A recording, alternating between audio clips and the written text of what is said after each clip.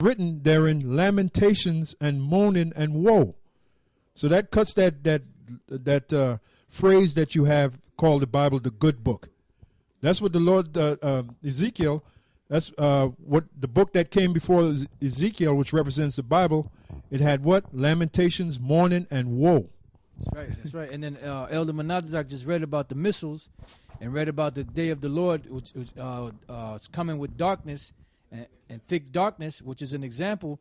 But it spoke about the missiles as being like a strong, mighty men, like men set in battle ready to go to war. You know? And if you watch any of them ancient movies, they show you that how metal they fight against each other, and they're out there in the field, you know, and they have the armor on, and you hear the swords clanking and the blood flying. This is Isaiah chapter 9 verse 5. It says, "For every battle of the warrior is with confused noise," and you see that, you know, with these different ancient movies, you know, because these wars that these devils are fighting now, this is not real war. This is faggot shit. You know, sending drones up in there, dropping bombs on people. That's faggot shit, man.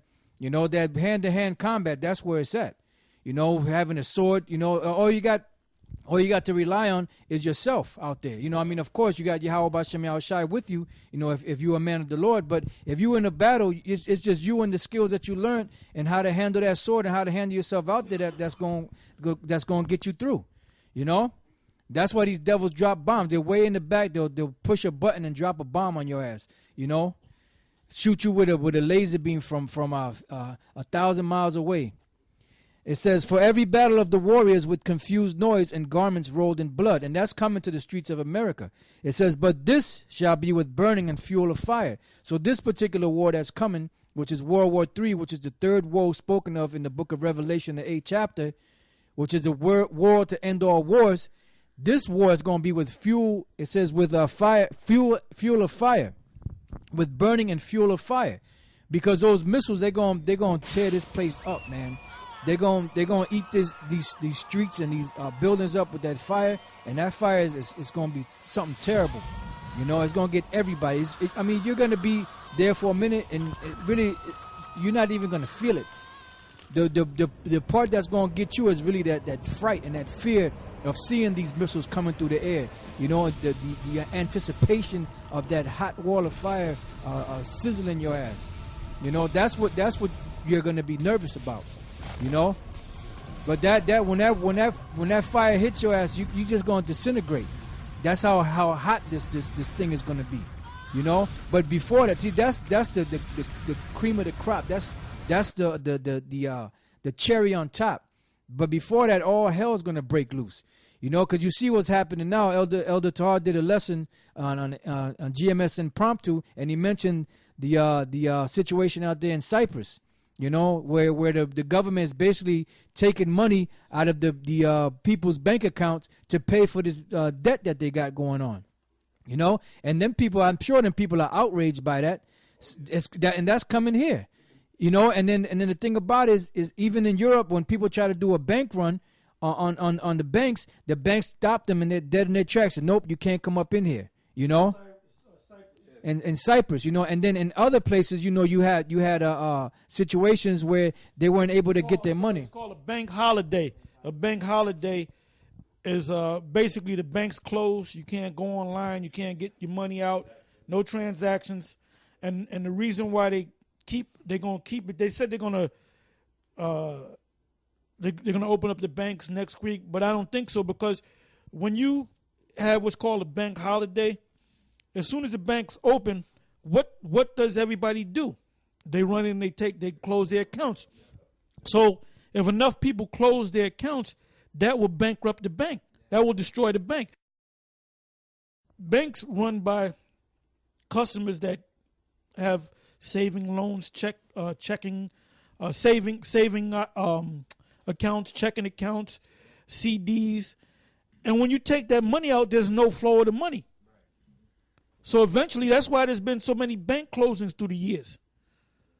So that's why they have a bank holiday, which you stupid ass niggas don't even know about, man.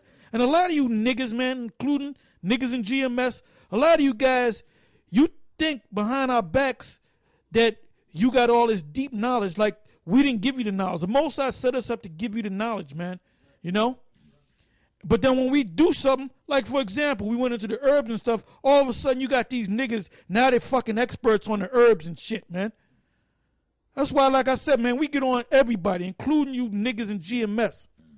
Most High, like I said, that when this deal is done, a lot of you guys in GMS that ain't right, the Most High gonna get rid of you, and it's happening as we speak. Yeah, it's happening right now. As a matter of fact, since the past, well, it's already happening. You got a lot of guys in GMS just falling off by the wayside right now as we speak. Niggas bugging out, getting demons on them. But you brothers out there, that's right. It don't apply to you. That's the old saying goes: a hit dog a holler, right? So, like the spirit guy Elder Tahar and certain brothers but it's always been that way. Look, man. Years ago, over here in Connecticut, we had a school, an actual building, and pretty much, yeah, Elder Gabar sitting there, he'll tell you, hey, man, we had to do a house cleaning within that school, man. There was a point where we were coming in every night just cursing out the brothers in the school. There was nobody else around, right? Yep. We was cursing brothers out and we were kicking guys out. Yeah, when that was happening, all those other guys are back in the world. All these guys that you, Nate and all them guys, yeah. You know, and then even Yahweh Shop, that clown, you know, Urkel, he even came up to one of the Passovers. That's right. So he was hunting for a school, man. Yeah. Then he found one, but he ran into Satan. Yep, that's right. Yum Yun, which he's back in the world in Florida somewhere. Ramayallah, he's back in the world somewhere. Okay, and Yahweh Sop, that Urkel, you fake REI wannabe, y'all came up to our Passover, one of the Passovers we had. This might have been maybe 15 years ago. And y'all came up there wearing all black, looking like demons. And they had some other nigga with him, some other demon with him, some bugged out dude, which I know he's back in the world somewhere. Okay? Just a nigga, right? Nigga, y'all came up there and pretty much we rolled out the red carpet for you guys, man. We treated you like honored guests and had you up. And I don't think Nate wasn't there. No, he wasn't there, no. Right? But you know, you guys, and what happened? You niggas are just niggas. Y'all end up turning against us, talking shit. Then y'all just back in the world, man. Yep. So the brothers that ain't right, you going to be back in the world. You know, the ones of you brothers in GMS that's doing what y'all supposed to be doing, don't worry about it. Continue to do what you're doing. The Most High be with you. But the guys, the ones of you that's Yashawan, that nigga used to say shuck, and it applies to him, shuckling and jiving. That's right. He was shucking and jiving. Hey, I got a scripture right here, right, to prove that slavery is an act of war. When one nation fights against the other nation, that the stronger nation, the militarily stronger nation, puts the weaker military nation in slavery. This is 2 Chronicles, the 29th chapter, the 9th verse. For lo, our fathers have fallen. For lo, our fathers have fallen by the sword. What does it mean by the sword? That means there was a war, right? And they lost the war. And our sons and our daughters and our wives are in captivity for this. So the very fact that you're a captive, you're a slave, is an act of war.